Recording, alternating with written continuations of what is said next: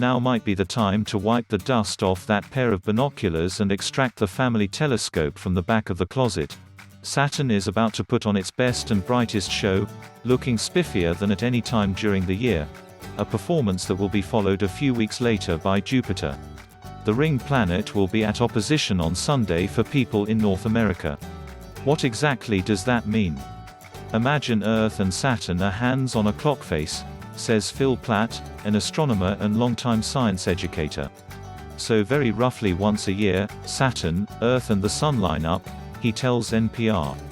It's the perfect time of year to go outside an hour or so after sunset and look low in the east-southeast for Saturn.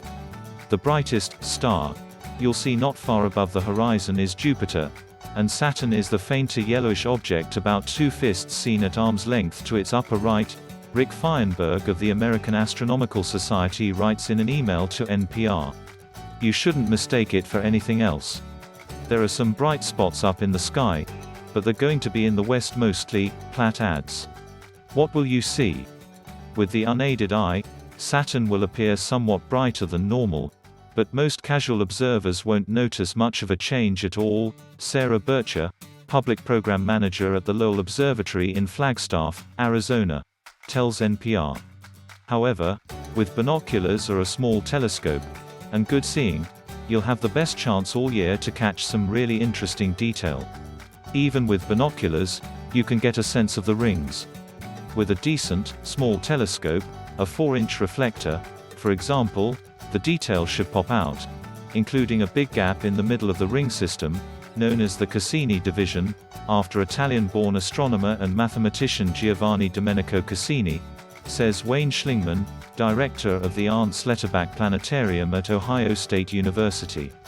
If you're lucky, you might also catch a glimpse of Titan, Saturn's largest moon. Through a small telescope, Titan is actually pretty easy, Platt says. If you take a look, you might see a little star right next to Saturn. That might very well be Titan. You can go online and find planetarium software to confirm it. Many astronomical events are a one-shot deal.